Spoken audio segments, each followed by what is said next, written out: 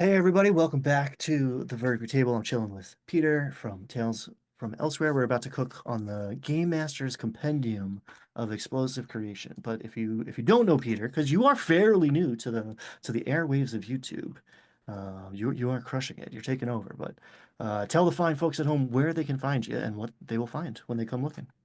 Yeah, so you can mainly find me here on YouTube.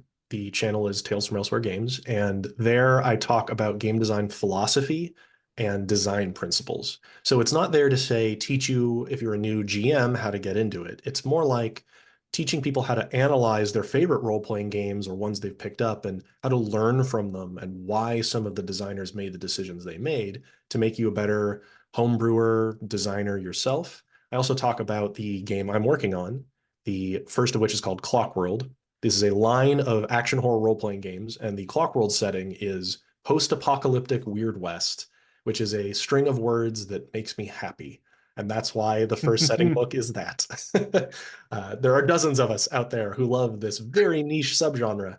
And so that's the first book that is currently being worked on. It is currently in a public beta phase where there are free playtest materials you can download. You can find those at talesfromelsewhere.com or in the Tales from Elsewhere Discord, which there's a link to in on the YouTube page. And I'm really active in there. There's tons of free play tests I run. I run games for people in there of the system and engage with them directly for feedback on various systems and abilities. And it's a ton of fun. So I can find me all over the place. Links down below wherever you're seeing this in the description. Yeah, I so full disclosure, I have not played Clockworld. But I've been poking around. I've been looking at stuff. There's some really intriguing things. I often, because I'm a game master main, I often judge a system by its monsters, and there's some cool stuff going on. I might be crossing the streams here, but I believe it's the Kentucky Sawbones collects arms. Is that might be two different? Yes. Okay. I might No, be you combining nailed it. two there. You nailed it. And it's Yeah, the like Kentucky Sawbones. and it's like left arms or right arm. It's like up like an arm off of someone. It doesn't want your Yeah. arms. It wants your right arm. Left arms only Left arm. because of Okay. the folklore of the left arm being the sinister arm. It's a Oh. common superstition that the left arm is sinister because of the translation of Latin, what left is in Latin. Anyway, we don't have to dig into that. But yeah, the monster design is super fun, and that we could probably do a whole hour conversation about approaches to monster design, both mechanically and narratively. But just my one thing I'll say, if you like folklore approaches to monster design, that's what I'm going for in my game. Rather than a taxonomical encyclopedia of the creatures that inhabit a world, the creatures are presented more like how people would describe them.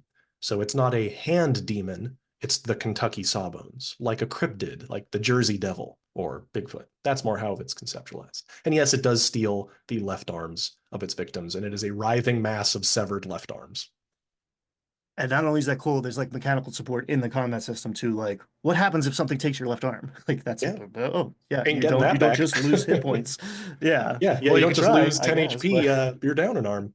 And it yeah, taps this into, because the game is a Weird West, it taps into a fear that people had in, especially in the 19th century. The fear of amputation was very mm. common because people would get wounds that would become infected, and amputation was very common. And so it taps into some historical fears as well. I try to do that where I can because that's fun. I yeah, love it. One thing I was gonna mention last time, which I forgot about, it's got on the notes here. Are you familiar with Old Gods of Appalachia? It is in fact a TTRPG, but it's also perhaps my favorite podcast, or at least my favorite horror podcast. Okay, cool, cool, Oh cool. yeah, I feel like that would be I right up love it. I'm like a your patron too alley. of it. Like Yes. I'm behind on seasons. I just haven't. When I used to commute more, I would gobble up episodes of this like crazy, and I just haven't had as much time to do long form content like that. But oh yeah, huge inspiration. What an awesome content. The My group, my gaming group, has the copy of the, was it Modifius 2D20 that picked up the license for that, or was it Cypher? I'm blanking actually which. It's Cypher. It's Cypher. oh yeah, it's behind me somewhere. I'm Yeah, 95% sure it's a Cypher right. And I do system. actually like Cypher. We just haven't played it yet, but I already have like character ideas and oh yeah. Old Gods of Appalachia, peak horror fiction, especially folklore based fiction. Yeah, it's rooted. I mean, when you're talking to an English major, so I can rap about the Latinate roots of something, and then the folkloric implications of that a century ago. Like, yeah, we can. I can. I'm with you. Humanities, the humanities majors unite. Humanities. There are dozens of us. Yeah. All right, yeah, yeah. Okay, I'm going to take all of this inspiration, and we're going to feed it into the Game Master's Compendium of Explosive Creation. Woo! Awesome. Ba-da-da-da. Okay, so I am tempted. Well, player's choice, player's choice. I'm not going to influence you too much. We can choose one of these archetypes and think backgrounds. This is all fairly system neutral. Or we could roll the D100. But I feel like so this is like fairly baseline vanilla fantasy. I do think that some of these are probably more or less likely to kind of plug into a Weird West Here we- horror But you setting. know what? I want the challenge of that is fun because, Mm-hmm. well, a lot of these are very archetypical and don't necessarily have to be limited to just one setting, right? I think that's part of the fun of homebrew also is that challenge, right? I'm gonna roll it. I've got D percentile right. Let's do it. Let's let the dice Love it. decide. Love it. Wow. 99. Oh, I've had someone select one of these, but I have not had a 99 100 rolled Wow. weirdo. Weirdo. That's an So interesting.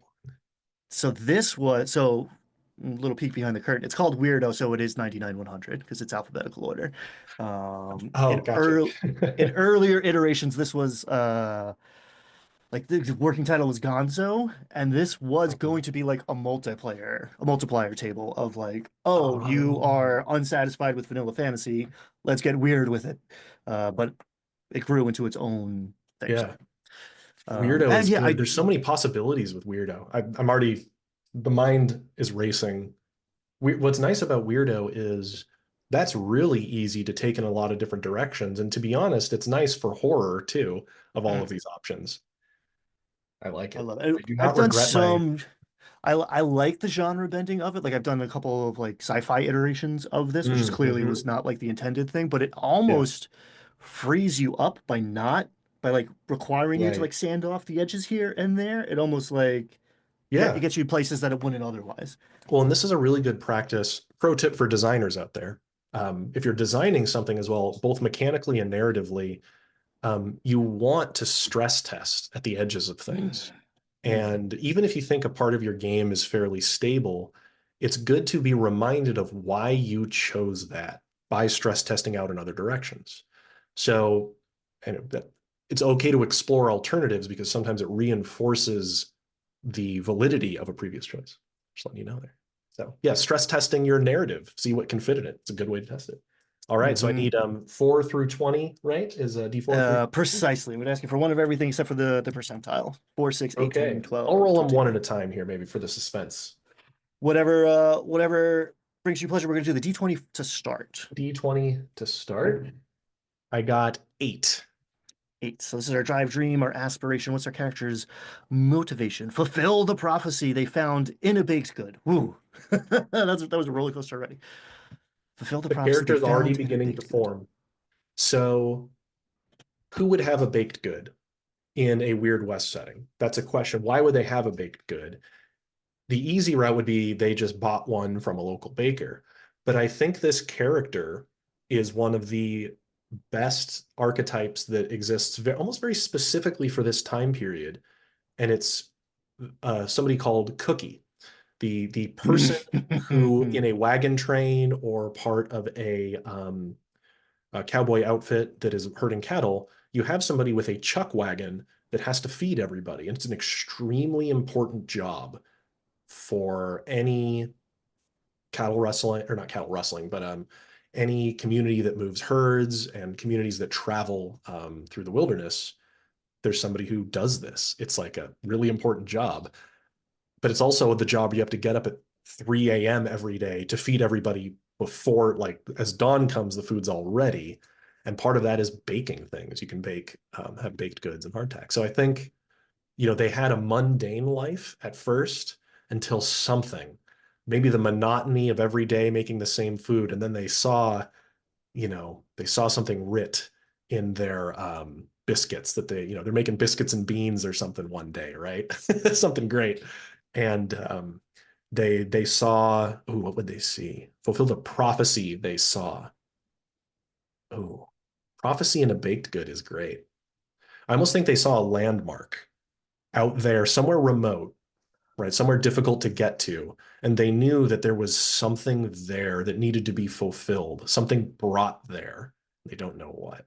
And because I'm filtering it through the world of Clockworld, it's Hmm. probably something sinister. Yes, I mean, one biscuits is. I was like, what's the most like Yeah, Western biscuits. coded baked good? Biscuit is the answer. And I just had this like flash of like Close Encounters, like the mashed potato tower of like Right. the Devil's Tower, whatever that Yeah, yeah, yeah. Oh, geological right. landmark is. Yeah. Oh, good reference. Yeah. So Okay. like I yeah, love it. like That's a someone sees like their savior in a grilled cheese sandwich or something like you're baking biscuits and it's just like yeah. it's telling me They, to go here. right. They see some truth that no one else sees when they look at it, of course. Um, I love it. Oh, that's good. So That's a D12? strong start. D12. Yeah, strong D12, please and start. thank A you. weird cookie, and a weird camp cook. There I was in an earlier draft there is a I believe it's cook, it was chef, and like cookie was like work. There were like subtitles to these in an earlier right. draft, and cookie was like in writing here, but it's like Oh, it's a little nice. genre specific. Yeah, Love it. Love the pull. that's great. Okay, so I got a 10 on a D12. Um, Obsession with Um, growth from having experiences. I That kind think of I know plugs in what this nicely would to like be. we're bored of our former life. Like why are we in adventure right now? Why have we put down mm, the cast iron and picked up cold Right. iron, You right? know, again, so all of this is going to be filtered through the lens of horror. I think that one thing now they're obsessed with is okay, for those who have read Dracula or seen one of the many adaptations of it, the character of Renfield, he is obsessed with gathering lives for the master, so he eats things, and that is his payment. So this guy's a cook, so maybe he wants to capture strange creatures and consume them. Monster like the less fun version of Dungeon Meshi, the anime. Like the way less fun version of that would be a camp cook who, he's cooking up for the wagon and it's mystery meat night. And I don't know, it's something really strange. But so he has to go out there into the world to hunt monsters, but for his own prophecy fueled inscrutable purposes. Love it. There is a lot of, I don't know if it's necessarily Western coded, but there's like this idea of like consuming the essence and like gaining the powers and just like Oh, yeah, I want to eat a Gila absolutely. monster or like insert whatever every kind of monster so that I Yeah. become more powerful or knowledgeable or just so like I don't know I'm bored of cooking biscuits and gravy Yeah. and I need Canned some beans variety. and and biscuits. Yeah. Yeah. And in Western settings, the idea of food insecurity, food scarcity is extremely real in frontier stories. And so that would have been on people's minds where they get their food, how healthy the food is.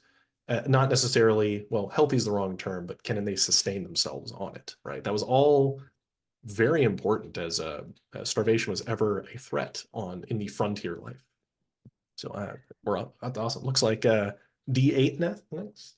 Yes, please. Yeah, when I All right. picture somebody named Cookie, it's someone who can hold their own because not only are you Yeah, preparing food, you are guarding that chuckwagon. You are exactly. You're a the hard person. person, Yeah. not a big person necessarily, but hard, that Yep. sort of the sinewy old man strength idea, right? That it's not like a big bodybuilder, but it's somebody who's worked with their hands their whole life, right? And had to feed all of these people and maintain this wagon, sometimes probably hunt game to supplement supplies, right? All of that. Maybe when the wagon trains are running low on food, you have to protect the food stores, right? Mm. There's a hardy feller, maybe. All right, D8, here we go. I got a 4. Or so I always caveat this one. Potential character arc, the kind of stuff you want to discover through play, whether or not, to go back to our last Mm, conversation, you're playing for a year or 6 sessions. You don't necessarily want to have all of the beats, especially if you're a player, figured out. But having some right. sort of kernel of an idea can kind of help you like lean one way and look for opportunities to transition because an interesting character changes over time. I like that. Uh, It's I'm sorry. aspirational in a way, right? Almost like it's something to work toward or to explore long term. Yeah, I like it. So And it's there's these, 8 of them. So if something else is more appealing to you after 2 sessions, like throw it out, grab another one, or yeah, make a you're third not, one. you don't write it in pen on the character sheet or something.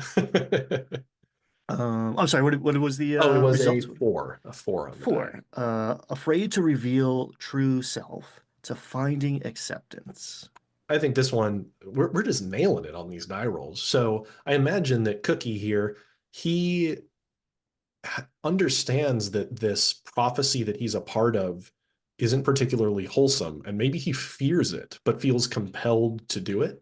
And so over time, maybe he would be able to confide in the party and ask for their help to break almost this supernatural compulsion he feels he's under the weight of this thing he must do. And so that's allowing him to show some vulnerability to the party and help them or and ask for their help, and a great opportunity for the game master to make a side quest also, like break the curse. So like they have to go to the mountain he saw in the biscuit, and maybe they can confront the eldritch horror that has been infiltrating his dreams or something, right?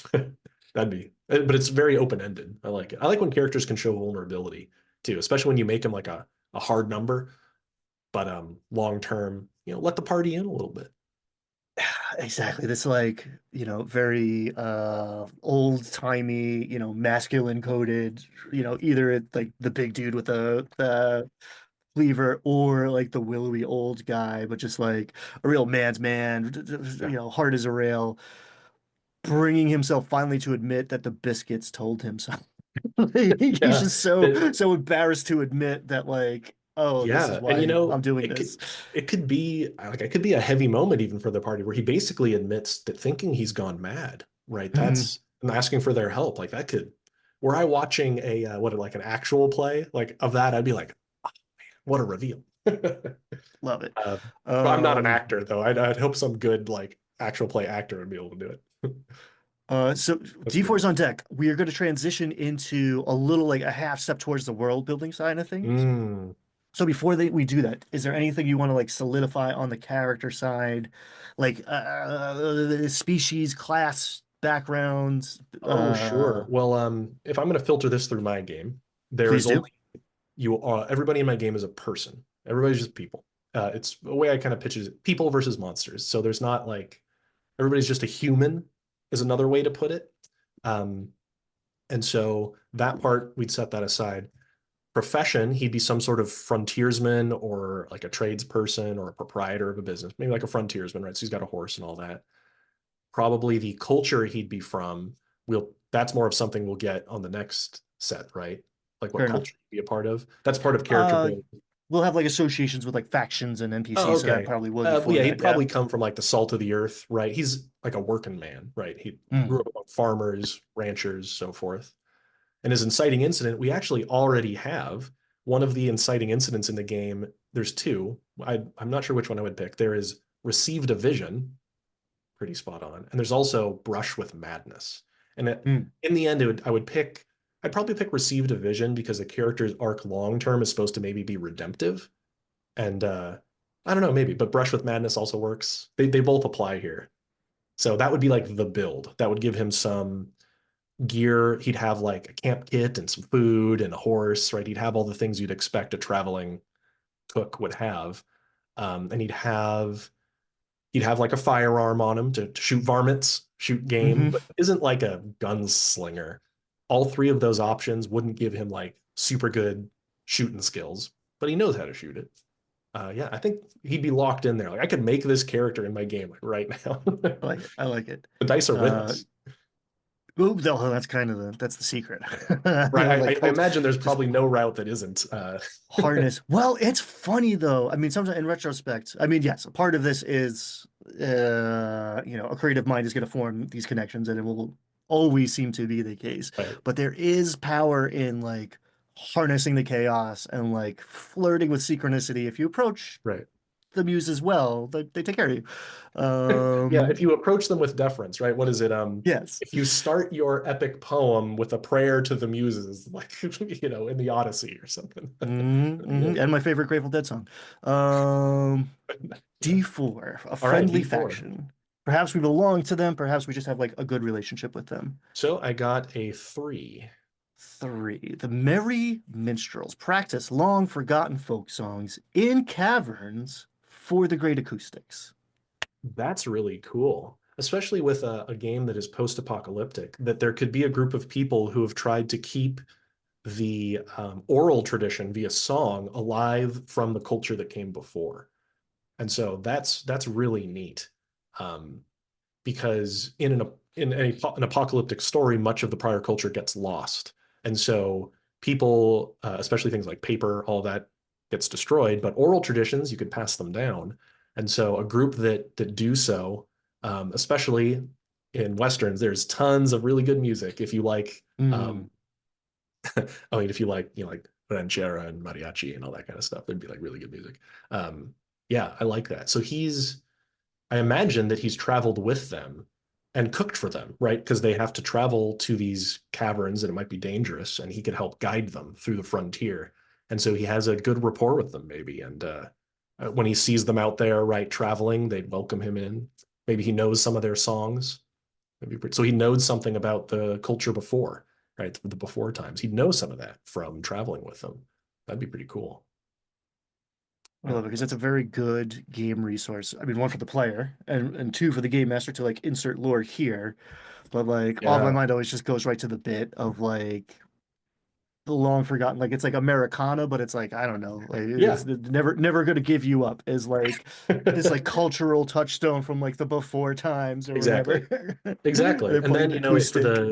for the GM, friendly factions always gives a pressure point. I'm a big fan of pressure points. You Mm-hmm. will motivate this player significantly if that group of merry minstrels are threatened. Very easy way to get the player invested immediately in the urgency of a quest. Like it. Yeah. Yeah. Easy. We just have to add that Uh, to my world. This is just such a cool, yours. right? Take it with my blessing. Thank you. Thank you. D6, a friendly D6. NPC. Speaking of exerting pressure, make them fall Yeah. in love and then get them. So I got a 5. A 5. Jillian Dew, eccentric and gifted inventor who's working on the concept for a time machine. Oh, perfect. So this setting is post-apocalyptic Weird West, and so there's all this steampunk technology, remnants of what Hmm. was before, jury-rigged into what you have now. And so somebody attempting to rediscover the great technology of the before times and maybe go back and stop the apocalypse would be an incredibly appropriate NPC. Um, yeah, that'd be really cool, and probably would take what Jillian do. Jillian there would have to go out into the ruination in search of all this old technology, right? She needs the generators they had, right? These big machines to power this invention, but it's out there and surrounded by monsters. So needs she would need help with these things. Oh yeah, that's great. Yeah, it's giving fetch quests. It's giving like Yeah. vendor potential, Yeah, right? there There's a are whole one of workshop full of the random. oh yeah, one of the vendors in the game is all gear is this is going to be too much of a tangent, but very briefly. Rather than there just being a shopping list of items to pick from, all items in the game are organized by who makes them or sells them. So you go Hmm. to the blacksmith for a sledgehammer. If you want a shovel, you'd probably go to the general store. If you want a gadget, you would go to a tinkerer. If you want a firearm and ammunition for it, you'd go to the gunsmith. And so she could be the tinkerer vendor in this particular town. So helping her could increase her stockpiles of supplies for you as there's built-in scarcity systems that people can run out of stuff for you to buy. There's not unlimited healing potions, that kind of thing. So, oh yeah, there would be a mechanical benefit built into the rules for helping her as you would increase her stockpile roll, basically, for any of her Hmm. gear. Yeah, it'd be cool. Yeah, a good I like person to it. have a relationship with. And if you're sitting there like, oh, I don't know if I want to introduce time travel into my game, you don't necessarily have, she doesn't have to be successful. Yeah, she doesn't have to succeed. And to be honest, I wouldn't. What would probably happen is she'd have this big what is it, Stargate looking portal that she would Mm. build, and she'd turn it on, and Eldritch horrors would come out. That's probably just what would happen. Like that's how I would probably run it. They'd be helping her, and she'd be so confident it's going to work, and it just lets in elsewhere, right? Lets in this horrifying alternate reality. That's probably how I'd run it. Uh, yeah, there's no way I'm going to let her like fix the setting, fix the apocalypse. No. And maybe if like we got to end this campaign or something, Yeah, but yeah. We'll never play in the setting in this campaign again. Yeah, you know what? You fixed the world. Good for you. congratulations. New game. Yeah. All right, so the D10 is the one D10. and only where big number good in general. Oh, okay. This is like meaningful Well, big objects and number magic good. items. Well, Did we of get the course I one? roll a one then. Cool. I do let players re-roll ones in my like home game during character creation because Yeah. oftentimes everyone's getting a magic item, and if you roll a one, you're getting like akin to a trinket in fifth edition. Yeah, But it's yeah. not that you keep that and get a magic item. So, I like the, skeleton key. I like it though. You like this particular one, or you like the idea of? Okay, cool. Oh, both Well, actually. there's no. I mean, I'm part. I made this, so I'm partial to most everything in Mhm. here. But shaped like a bone with a skull at the end. It has to open something somewhere. Oh my I, God, I just had a flash of like this was in a biscuit or something. This was yeah, in he like the bit sack of into it, and flour. what does this open? And it's some macabre key, right? Oh yeah, I like when there's a prompt that comes with it, right? That this has a built-in prompt, which is super cool, right? A reason to go search for something. It opens something somewhere. I like that. I like especially because in the game I'm making, there's not like common magic items you'd be able to have because it's not that reality bar. There's not like Mm, spellcasters. So anything you find that is wondrous like that is either technology from the before time that's probably leaking radiation, or it is some sort of cursed eldritch thing that you shouldn't touch. love it. But this one's cool because it's some strange key. Um, I would probably the way I would probably tweak it is it wouldn't be shaped like a bone, it'd be made of bone. Like it is a Mhm. human finger bone carved into a key or something really, you know, gross. I like it. But yeah, maybe he bit into the biscuit, and there's no way that he would have put it in there, right? Because he didn't mess it up. He's a master cook. And that could have been what spurred. He's searching for the door, and it talks to him, right? You know, his dreams, he dreams of what he must do or something. I like it. There's a it's technically called it's a consumable in Clock World that's you get from the black market dealer that is called the thief's hand, and it is the severed hand of a thief. And each of its digits is basically a skeleton key, but you pop it off and it goes into the lock and unlocks it. So it has five uses. Ah, Yeah, because I like all the weird yeah, stuff. yeah, yeah, that's cool. I like that a But lot. it is actually a hand. It is a severed hand. I mean, yeah, you could just reskin that. Yeah, and I like the Yeah, idea of like he's making a batch of biscuits, serves yeah, everybody. He's been up for 6 hours already. The yeah. sun's just coming up, and he bites in, and like it's Yeah, like chips a it's tooth. the weirdest version of like finding a hair in your breakfast. It's like it's a skeletal hand. It's like what the hell? Yeah, like what? Yeah, especially for somebody that, we as we established, the creation of these biscuits is old hat to him at this point, right? He could do it with his eyes closed. And he runs a tight shift, right? He doesn't let anybody else add stuff to his wagon, right? He keeps it really well guarded. And so somebody slipping a carved finger bone or something into his biscuit is crazy. Like it didn't go out of his sight until it even went in the oven. How did they get it in? All these things he would grapple with. Yeah, I like it. Yes, yes. That's super cool. Okay. Yeah, because the rest of Uh, those options were more magical, and yeah. so actually would be less appropriate than the first result. It looked just a quick skim quick skim tells me. See, I'm telling you, the muses, man. You gotta. They're on our side today.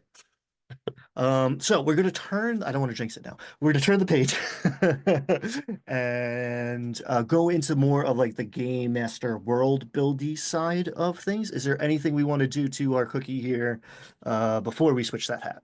No, I'm really happy with him. All this Cool. is great. Same. Yeah.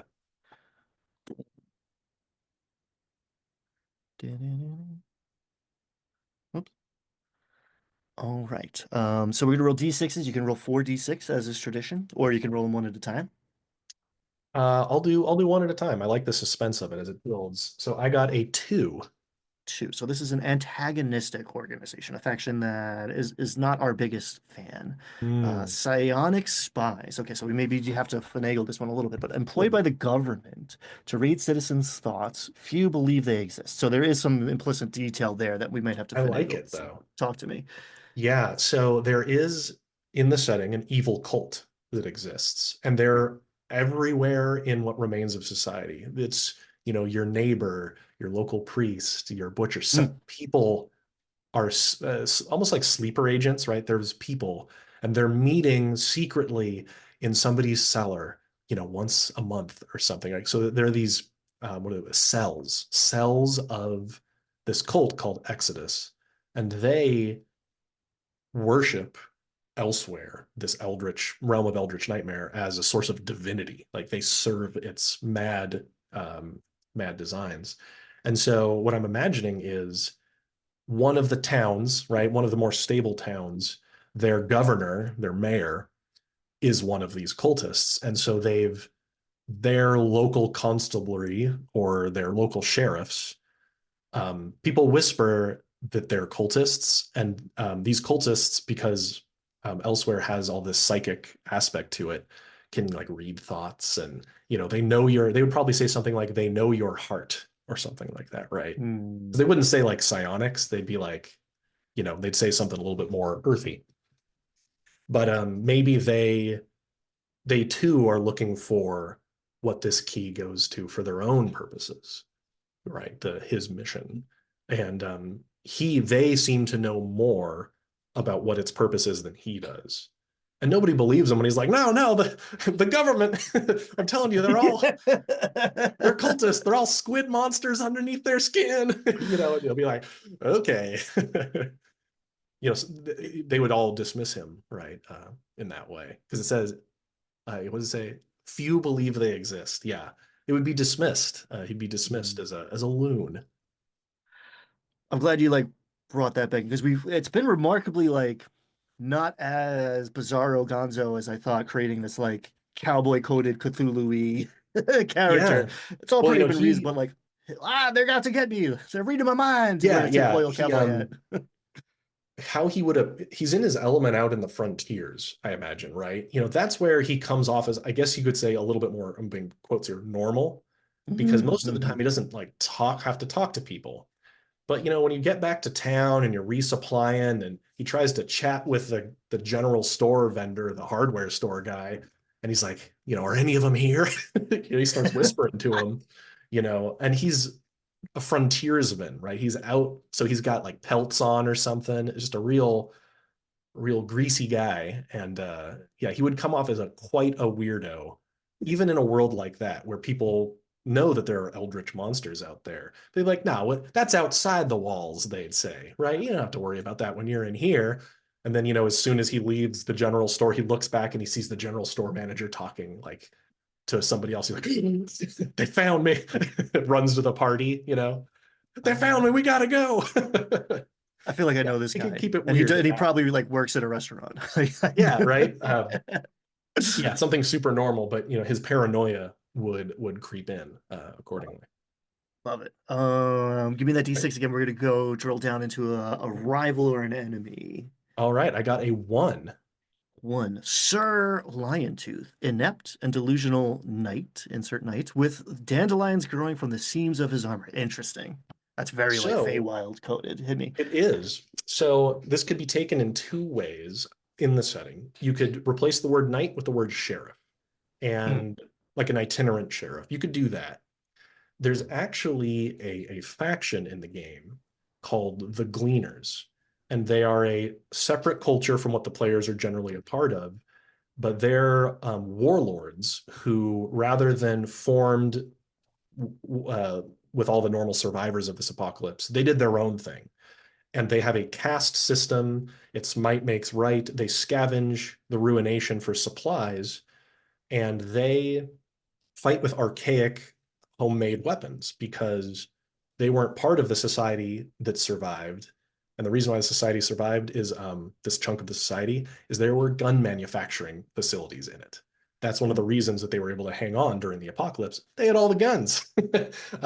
So people outside of it had to revert to that more, not barbaric, that's not the right term, but they had to use more primitive weapons. So maybe one of them has made it his mission to capture this our cookie and maybe take the key back to his warlord, right? To earn favor with the local brute, right? That is out there in the wilderness. Something like that would work. Or Sir Liontooth is a nickname given to a marshal or sheriff that wants to hunt down Cookie here because he thinks maybe he blames him for a death, or maybe he's part of these spies.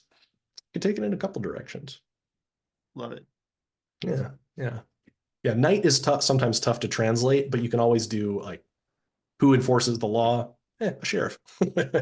Sheriff, or I mean, inept and delusional. Like maybe there aren't. If it's Don Quixote, right? There aren't Yeah. Oh, knights. good That's one. Oh, I like, but love they're it. just like this guy is on a quest, has an oath, or it's Yeah. just like playing out some romantic fantasy that is like not. Oh, that'd be a fun character to play unto themselves, though. In a weird West setting, you play somebody, you play a Don Quixote, and convince one of your friends to play Sancho Panza, and Mm. make a duo. That'd be a really fun duo party. Yeah, I mean, we got the horses. You just hold Pretty the much ready to hold go. Pretty much hold the ready to shotgun go. like it's a lance or something, and Yeah, bingo yeah. bango. Love it. All right, D6 another D6. Yeah, evocative location. I got five. 5. The Sticky Gauntlet. Series of traps, puzzles, and oozes built by a mad wizard to guard his treasure. This is another one where we could replace one word and we get the proper setting. Wizard is replaced with scientist. And Mhm. now we have this facility where somebody has been messing with pre-apocalyptic technology, and there's all this radiation and dangerous machinery, right? Um, and to guard maybe some really valuable technology rather than, so that's his treasure. It's not money per se, but he could have, I don't know, like a nuclear warhead or something wild, right? You could put something wacky down there from the before times that this scientist who would act like a mad scientist, right, could be guarding. That's fun. That And makes me it want to write that dungeon. and as a child of the 80s, even steeped in a decade plus of D&D, I hear ooze and it's ectoplasm. It is that like Yeah. bright green, probably radioactive substance. Yep. There's actually a monster called an aberration that is the irradiated remains of a person. And Mm. it's my ooze, right? So it's an oozy thing, but like a lot of the D&D oozes, if it touches you with one of its pseudopods, it does something really bad. It basically irradiates you and you start mutating, and it's really gross. So Oh, it could be love full it. of that stuff, and all this radiation. They call radiation the devil's breath in the setting because they don't obviously know what the word radiation is. They don't know what nuclear isotopes are, but they know there's an invisible killer air that, you know, it's the devil breathing on you, is what they would say. So that's what they call radiation. But you get one one Love it. one crazy science-minded guy. It's like, well, yeah, I can do something with this, and that's how Yeah, and you he's get half the harnessing that monsters in the power, setting. and yeah. Oh yeah. And you could even start, you could almost do a session zero, they all meet at the tavern for an adventure. Everybody's been captured by this scientist, and you're all in like tanks, and you break out and have to escape because he's captured random people for his bizarre experiments. See there's tanks where there's just oozes inside now where he's like liquefied them with science. That'd be I like adventure. I like first adventures that are what's the term? And media res, and that you Hmm. start in the action already. The players are thrown in together.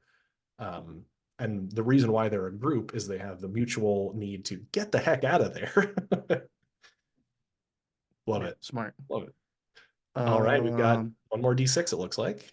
yeah, I mean, I'm interested to see how this one works out. Actually, I've been in the back of my mind. I was like, I think the monster might be the hardest one to translate, but let's find out. Okay. I got a one. What do we got One. here? Rainbow toad. All right, so it's definitely like a deserty, horny toad. Oh Secretes yeah, we're hallucinogenic slime. Some use it as a poison. Others use it recreationally. easy peasy, right? Oh yeah. The you could take that a couple different directions. You could go with they discover it in the scientist's lair because he's been doing experiments on toads and it's irradiated and licking it, lets him see visions. You could do something like that. Like it doesn't necessarily have to be a threat, right? The rainbow toad. Um, you could also take it in the more mystic side where, like practices like the use of peyote and other things, like it could be something he learned about from the people he's traveled with about there's a type of toad that lets you see into elsewhere if you ingest its poison or something cool.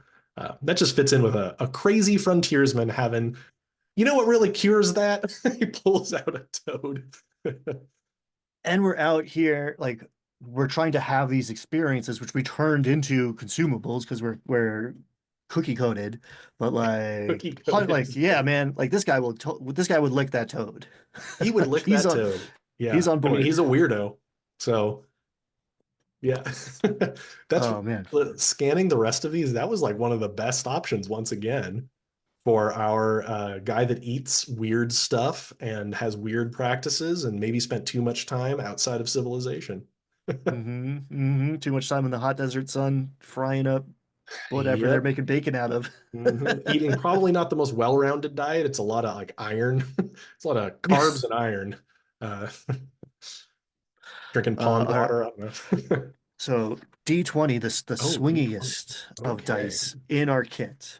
This may I tie it got all up an in a bow or send us reeling. all right, I got an 18. 18. The artifact must be returned to the deepest levels of the dungeon, or disaster will befall us all.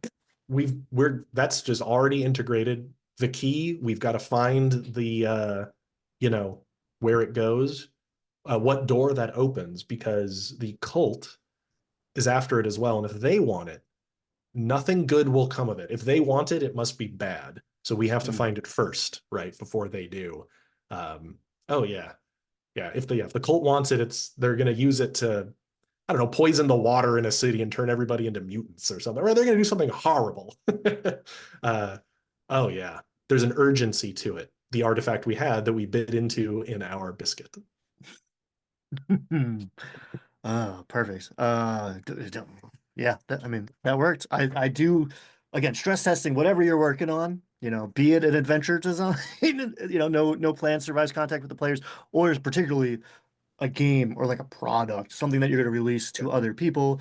There's a phase of game design, colloquially known as asshole proofing, but beyond that, try to break the thing, and you will learn a lot about it. And if it does break, you can fix it, and if it doesn't break, you've now like stretched it in ways that you haven't pictured. And that where I was ready for this thing to shake apart. Yeah, yeah. It's such a good mental exercise, this process. Yeah, it gets the juices flowing. I gotta go back to my day job after this video, which is very mundane. So, but now I'm just imagining, all of the as a game master, all of the scenes that I could now create just based on this, even without, maybe Cookie doesn't show up. Though I did write in one adventure an old man that's a cook, just because I love that archetype. But the lair with a scientist that has all these experiments, having a group of the law enforcement people be turned to the cult, all of that is good stuff. Tempting people to go out and explore the hazardous area because they found a clue that would lead them there, whether it's a key or a map or something. Oh yes. Gets the Yes, mind going. yes. Yeah. Love it. That was joy. And like yeah, this thing's pretty cool, but like sitting down with a cool creative person with a lot of interesting ideas and thought processes really makes it a super rewarding practice. We're gonna go back to the big screen All right. Yeah, and what a cool tool though, right? It's yeah, really just really fun tool. Fun and useful. I there are not a lot of how can I put this? Not a lot of advice or guidance that is put out there sometimes by the community that I would call actionable. What mm, they mean is like something you could just take and use right now. yeah, Um, and tables like that are very actionable. You can pop that open, roll on it, and you've got the creative process rolling immediately. It's not a highfalutin concept. It's not a abstract. It's very concrete. So I like it. I like I concrete. appreciate that. Yeah. I appreciate that because I did really set out to kind of thread that needle of like I want to make your mind do stuff, and that is a subtle approach that's not a well-trod path, perhaps. It's And there's creating like, an incentivization in the system for hmm, the player to behave in a certain way you want. It's mechanically yes. spurring them to be creative. Yeah, just good stuff. I'm all about it. Love it. All right. If you enjoyed that half as much as I did, and you're digging these weird West vibes, and you know that's just the beginning of Peter's Empire here. Like there's a lot of other places that are in contact with elsewhere or trying to resist that contact, perhaps. But yeah, Who could Clock resist? Worlds, Clock. Who could resist? Not me, man. I'm Yeah. there. Let's go. Yeah. I'm coming. I do plan on doing other settings in the future. This is just the first one. I just have so much fun. I want to do like a medieval setting. That'd be super cool. Like true medieval, not Renaissance, like not like Renaissance kitchen sink. Like we're talking fall of Rome up to maybe 1066 type of medieval. We're talking like Norman invasion medieval. That's what I'm talking. Something like that. That'd be really fun. Or like a sci-fi setting. I want to do a modern setting. Anyway, who has the time? One thing at a time. First, cowboys in an apocalypse. A natural place Love to it. start for any game. Love it. And there's like, yeah, I mean, just you brought a whole suite of let's call them tropes, just like instantly Yeah, recognizable things that I've seen in a show or a movie that like yeah, I can pick up and run with, and is not in my standard Shadow Dark D&D Pathfinder purview. It's just like, oh yeah, I know this guy, and like this is going to be a lot of fun. yeah, And I'm a sucker for variety. If you've been playing medieval fantasy for the last decade or two, yeah, maybe stretch it out, play another game for a yeah, minute. yeah. I'll just have to include an Old West vernacular dictionary at the back or something to help people out. Oh man, yeah, yeah, yeah, yeah, yeah. Perfect. Yeah, it was Or like just the watch index and then like the glossary. yeah. You just got to watch the movie Tombstone with Kurt Russell. That has all the Western vernacular. That's a masterclass in period accurate dialogue for those that want to dig It, into that. a fan question. Clockworld, is it going to contain an appendix N? N? Why did that felt funny coming out actually? But your inspirations, your bibliography. I think it's appendix N, right? In the old Yeah, the other term translation. I've heard for that is is the touchstones, right? That's the other way it's kind of been phrased. Absolutely. There's a lot of film, literature, both books and comic books, even music and other video games and games that have inspired. There's so many. If I had to, I'll pick one in each category really fast just to tease it. Literature wise, oh, it's either between the Dark Tower series by Stephen King Mhm. or Blood Meridian by Cormac McCarthy. One of Ooh, those two. good pulls. Good pulls. Those I've are, had some Dark Tower moments that I didn't slide in there, but like, yeah, we were flirting with that for a little bit too. yeah, Yeah, yeah, yeah. there's Mm. a lot of inspiration for that coming from that. Film wise, it's a little tougher. A movie like Bone Tomahawk definitely comes to mind for Western horror. But really, you can pick almost any Western. Really, I'm going to go with, it's technically not a Western, but the movie Ravenous is also a very good film inspiration for the game. Most people have not seen this movie. It came in Yeah, new to me. 2007, stars Guy Pearce and Robert Carlyle. It's very strange. Kind of content warning for any of the movies I'm recommending. These are all often in horror genre, so just word of warning. Bone Tomahawk is a very rated R movie. Full disclosure, but it's a Western horror movie, like straight up horror. So those have to be mentioned in film. Game wise, I mean, the Red Dead series of games, from Red Dead Revolver, which I did play back in the day, all the way up to Red Dead Redemption 2. Those all are huge inspirations for this setting. Because how could they not be, right? Mm-hmm. Mm-hmm. I mean, one more literature thing: the collected works of H.P. Lovecraft. If you're going to make anything with Lovecraftian horror or Eldritch horror, you kind of got to read that weird guy's Yeah, works. say what you will about this guy. Yeah, we stand on the shoulders of creepy giants. Yeah, creepy, weird, afraid of everything. Racist as fuck, never Yeah, let yeah. providence Who, giants. Yeah. dies alone and unloved. And he channeled that into his writing. Yeah. Yeah. All right, on that note, thanks Yeah, everybody. on that uplifting note. Yeah. Read some Call of Cthulhu and then stop, put that down, and pick up some new cool stuff by our friend Peter here. Thank you so much for hanging out with us. Tales from Elsewhere, check it out. There's a whole thoughtful collection of videos that's only growing. I mean, he just started, he's already crushing it. Love to see it. And yeah, a game in the near future, nearish future. Expect more information about when you can get your hands on a full product soon. And Soon you know, TM, right? TM. TM. Soon. Are. Yeah. But because if you're listening to this soon after it came out, you can get a front row seat to the design process, which is interesting to me in general, and you are very good at elucidating it and talking through your thought process and not just advocating for like the one choice you made, but like how you got there and like what perhaps other paths you have pruned off of that. Interesting stuff. So yeah, I could keep talking about how much you should go watch him, but just like just go do it. All right, because I'm gonna end this one. Go watch that. Thanks everybody. Be kind, have fun, and we will see you next time. Bye.